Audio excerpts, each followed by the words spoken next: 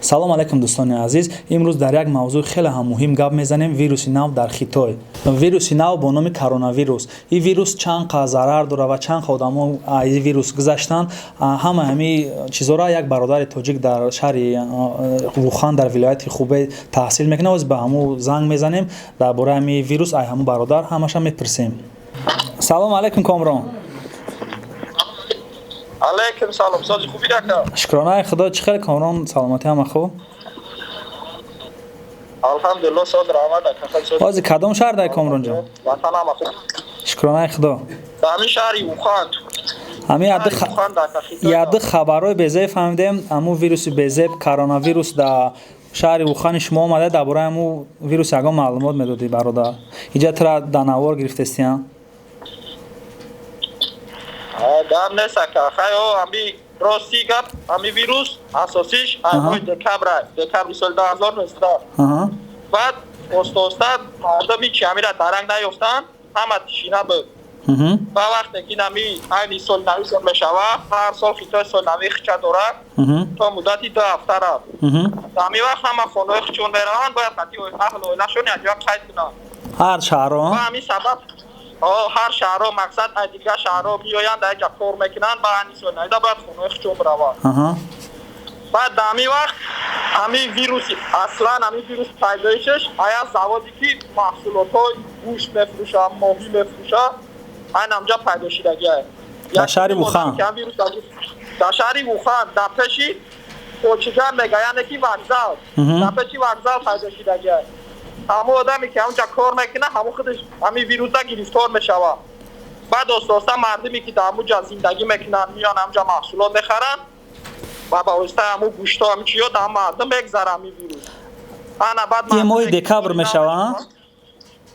моҳи декабр, якумимаш моҳи декабри соли 2019. то ҳозира дар новистиҳои Хитой мегӯянд ки вирус коронавирус аз соли 2019. баъд оста то 15 январа ҳамин вирус ба шумораш зиёдаи 100 нафар буд. ягон хеле ҳамун 100 нафаре ки дар ҳамун тараф зиндагӣ мекунанд, атрофи ҳамун Хочиҷанда вокзал. Хочиҷанда яъне ки вокзал.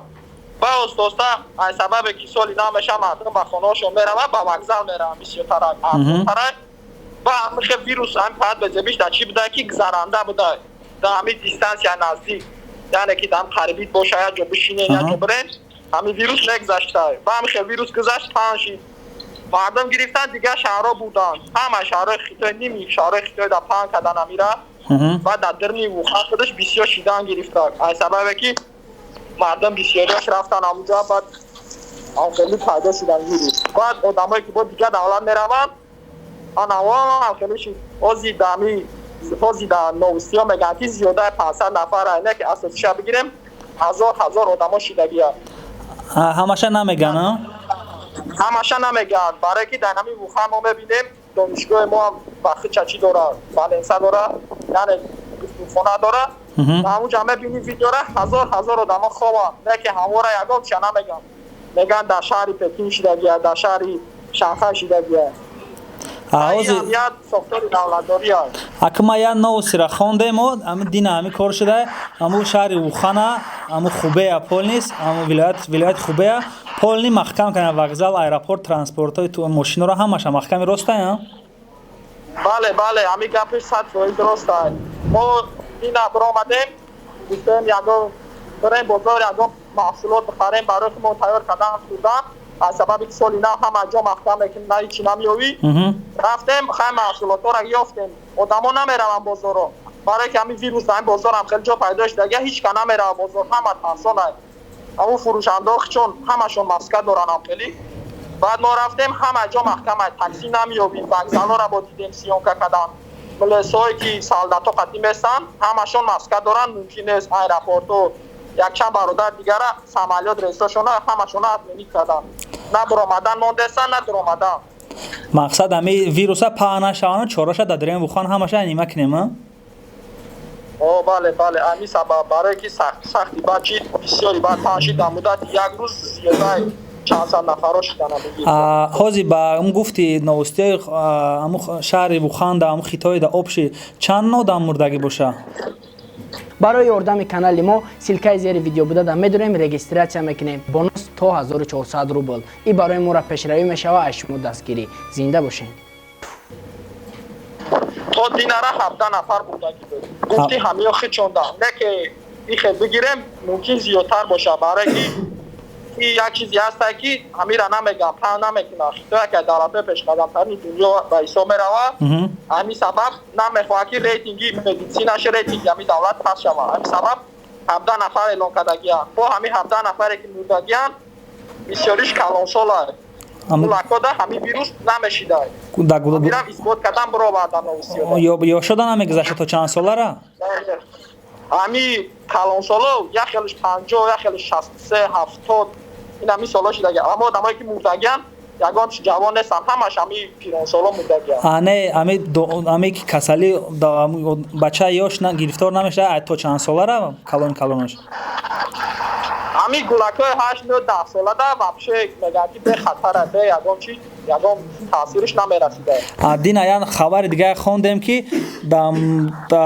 тиченаи 6 рӯз ай пекин як кадом духтуро кадом донишгоҳ ҳамин вайша ёфтиянд дар муддати 6 рӯз чӣ коре мекардиянд тоза мекардиянд гуфтанд чизе мекардиянд гуфтанд дар пекин як табалинса ҳастай ба номи сияляншан ба балинса ҳамин вируса давоша ёфтанд баъд ҳаво тадқиқот карданд ё одама гирифтанд насамдели соз карданд баъд ҳаво гирифтанд дар новусиёи вухан таътофтанд ки мақсад дар муддати 6 рӯз ҳамаераҳоро маҳкам кунем одамҳоро намонем бироя мақсад вируса як ҷо ба ҷои дига набара меоянд ҳамин шаҳра ба монанди ҳамун духтуре ки пекин даҳастаи сиявшан ба монанди ҳамуҷара дору мекунанд тоза мекунанд вируса мекушанд ҳамин хеле новусӣ биромад мобайни 6 рӯз дагуфтанд 6 рӯза уже ҳамин рӯз сохтани балинсара сар кардана имрӯз якум рӯзиш то муддати 6 рӯз гуфтанд ака иншоалло ки бояд пешгирӣ кунанд ҳамира ҳаман тоз мешавад ҳамин берун дар ҳамин интернетҳо мебинем ҳамин шаҳрҳои дезинфексияи вазбин кардестиянд ҳамин чизҳоро реально кардестиянд аксар хита медонам дар вухан дастё мехонем ба фикрам донишгоҳи шумо дуроман дезинфексия кардан ҳамаи шуморо проверка кардан шуморо донишгоҳи моро паре рӯз омаданд ҳамун одамое ки дезинфексия мекунанд хати маълимо ҳамашон омаданд мо донишгоҳмон хобгоҳмон кухнимон аделнияд мақсад дадани хонамон нест кухниё мақсад бисёри одамо дар оҷа тайёр мекунанд ҳар кас гӯшти ҳалолу ҳаром ҳама чи аст насанасо ёфи мусулмон ҳамаш мусулмон нест ҳамин сабаб омаданд якум аз кухни сар карданд дезинфексия кардан пони кухнира мақсад чизотора бигирем бушӯем тоза кунем дар ҷа намонем ҳамара мусрора бироварданд тозагида риоя кардан бо маска мондем маска ки пӯшидагиам донишгоҳ хичон додагиам маскаи қимат махсуси махсус барои ҳамин против вирус махсус барои вирус ки ҳам нархиш қиматай ҳам созай ҳамада бепул доданд ки мақсад стона эҳтиёт кунен маска пӯшен аз донишгоҳ дур нарем бо як саволи дига дезинфексия ки ака гуфти ку шаҳрора задаст бояд ҳамин интернет бисёр пахш шудагия ӯ асосиш бигирем дар ҳамин вухан як шаҳришда самдели ҳамин дезинфексия ҳамура задестанд ӯ ҳақиқат дорад ана як хелош ки як хел видео мепартоя чанд аз дазмино валда мурдестай ӯ аксариятиш видеои пешинааст чӣ хел пешина чанд даҳия паникай ӯ одам мумкин ягон касали дигар хати мурдестай ё ҳамин вируса дар калаи задестанд ҳоз бисёриё бо мазоқ ранги ҳам мазоқ шудагия мақсад ҳамон видеоҳо бисёриёш солҳои пешаян бо онаи вирус карда парафтесиянд бо онаи вирус кардестанд халқа тарсондестанд бо майла ҳама бизнеси маскара фактуритесанҳо бисёри одамое ки ман мешносам хитоиянд ҳамашон ҳазор маска доранд нигар коми харидания маска ба ман муроҷиат кунанд я намуди бизнес кардам бо майлаи бозор дина рафтем капуст ака хитои да ҳама чизи арзонтарин